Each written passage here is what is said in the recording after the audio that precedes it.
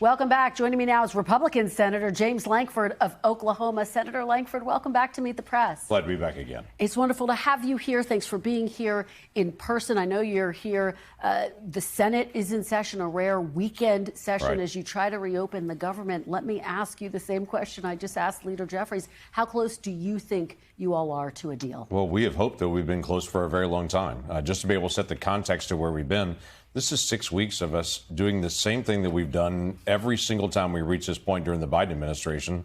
Clearly, Republicans had differences of opinion with President Biden, but we worked to be able to keep the government open. So we brought a continuing resolution, which is just keep status quo, keep it open while we continue to negotiate, and Democrats determined they want to be able to close the government down. This shutdown is not about health care. This shutdown was really about Democrats saying they want to show their resistance to President Trump. They want to show they're fighting. They want to be able to energize their base.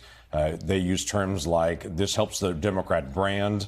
I've heard, I mean, the focus has really been on we want to show we're fighting Trump because their base says you're not fighting hard enough, so they're fighting hard enough. The problem is people are getting hurt in this. People are not getting on flights. They can't get SNAP benefits. There's real pain across the country while they're showing we're fighting Trump. Given that real pain, do you think the government will reopen by Thanksgiving? Oh, yes. You do? I do, and it absolutely needs to. It needs to be open today if we can get it open. So we put out a proposal literally 14 times to say, let's open it today. Let's keep negotiating.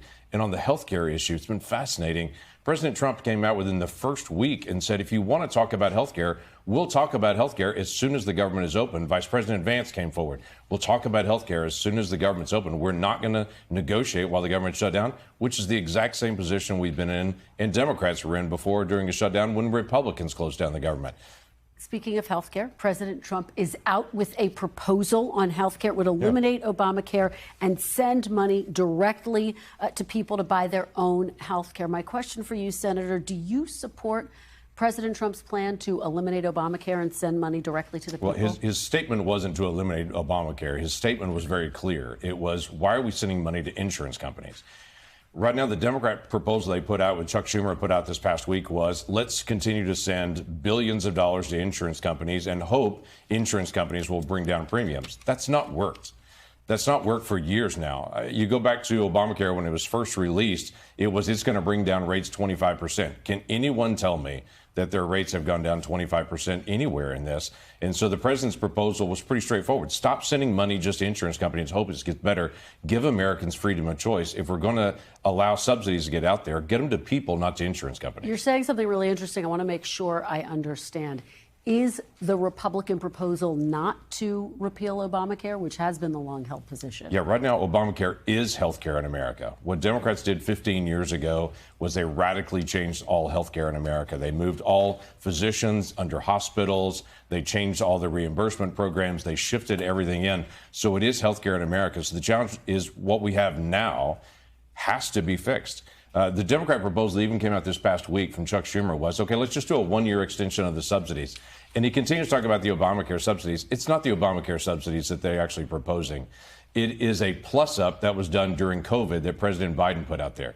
So it's on top of the subsidies that are there, and it's only for about 20 million people. That's a big group, but the other 320 million Americans are still saying, hey, our health care is skyrocketing as well. Democrats are targeting that group of 20 million people when our rates are going up as well. What we're trying to do is to say, why aren't we talking about all health care for all Americans rather than targeting 20 million people and saying we're going to help them? To this point, though, that President Trump wants to send money directly to all people, your colleague, Democratic Senator Chris Murphy, had this to say on X. He wrote, this is unsurprisingly nonsensical. Is he suggesting eliminating health insurance and giving people a few $1,000s instead? And then when they get a cancer diagnosis, they just go bankrupt? Senator, how does the president's plan to lower health care costs and support people with pre-existing conditions? Yeah, that's not what the proposal is. And I'm sure Senator Murphy knows that. It makes for good politics, but that's not what it really is, and he knows it. The challenge that we have right now is that this has become a political fight when people are really being hurt. There is a real focus on affordability of health care, but it's for all Americans. What we're saying is, isn't it better for Americans to have their own choice, their own opportunity to be able to look at plans they want to look at? We still want to protect pre-existing conditions. We still want to have the opportunity for people to get insurance of all different types out there. Of course we do. This is not about wiping out all insurance. This is about giving people choice and opportunity. Right now, Obamacare says, no, we're going to choose for you from the federal government exactly what your plan has to look like and choose the plans. And we watch plans skyrocket across the country. We just think there's a better way to do it. You know, Senator, it's worth noting that 80% of these subsidies are actually going to help people who live in states that President Trump did win back in 2024, including 300,000 who live in Oklahoma. In my state. Yes. Right. Should those 300,000 Oklahomans be prepared for their subsidies to skyrocket or to potentially lose coverage? Yeah, we're trying to find a way to be able to help. But again, remember, this is not the Obamacare subsidies. This is on top of the Obamacare subsidy. This is the bonus COVID plan that Democrats put in place in 2021 that they had expiring this year because they literally said this is a COVID plus up during the healthcare emergency. What we're saying is if we're going to get back into healthcare again, why are we talking about $40 billion just for that group? I've got 300,000 Oklahomans that are receiving those subsidies, but I've got 4 million Oklahomans total that are struggling under the high cost of health insurance. What are we doing for that? I think the question for Republicans right now, why wait 10 months to start talking about these alternatives? Why not propose something, vote on something? The first or second month that President Trump took office, was that a failure to address a critical issue? No, we have quite a few issues that we've been dealing with already. You think about what happened this past July with what we did in tax changes, what we did in health care. And I know my Democratic colleagues continue to attack us. And they play the politics game on this to say they hate people, they want all hospitals are closed. It's ridiculous. Of course we don't. We're human beings as well. We actually see the challenges there. For instance, we put $50 billion towards rural health care in our plan this past summer because in that bill, we want to make sure we're strengthening rural hospitals. That's one of the weakest areas in our health care delivery right now because they don't have the patient count, but they still have the high cost. So we added $50 billion. We did what we could to be able to strengthen the proposals there. That $50,000, though, that you mentioned was $50 billion rather, was because there were deep cuts to Medicaid that would have impacted those rural hospitals. But let me ask you, because President Trump is calling for getting rid of the filibuster, which, of course, requires 60 votes to pass legislation in the Senate. You've come out and you've said you are opposed to that. So let me just be very clear. Do you rule out ever voting for any bill that would include getting rid of the filibuster? Yeah, we should not get rid of the filibuster. The filibuster has been a core in the United States Senate since the early 1800s. Now, there's been different forms of it over the year. The current form that we're living under was actually done in 1975. But what's unique about the filibuster and about the United States Senate, it's the only place in our government where both sides have to talk to each other. That's a good thing for America. This is the place where the grown-ups need to sit down and to be able to have hard conversations and say, we have differences of opinion. Let's work our differences out. It's the same thing that's going to happen in churches today. That's the same thing that happens in workplaces and neighborhoods and communities where people who have difference of opinion work it out. In the House of Representatives, it's majority only. In the Supreme Court, majority only. In the executive branch, majority only. The Senate forces both sides to talk to each other. I think that's good for the country. I do want to ask you about the people who are suffering right now. You have talked about this SNAP, the food assistance program. Roughly 42 million people, Senator, rely on this. It ran out of funds on November 1st. The Trump administration has fought this all the way up to the Supreme Court to not fully fund this critical food assistance program. What do you say to the allegations made by many Democrats that the Trump administration is simply weaponizing hunger? Yeah, this is the spin.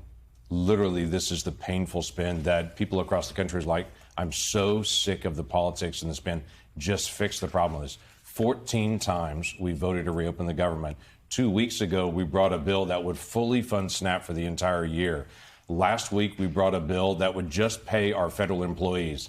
Democrats have voted no, no, no, no every single time because the goal for them is leverage. If you listen to the things they say over and over again, they say people are suffering, but that gives us more leverage in our debate here.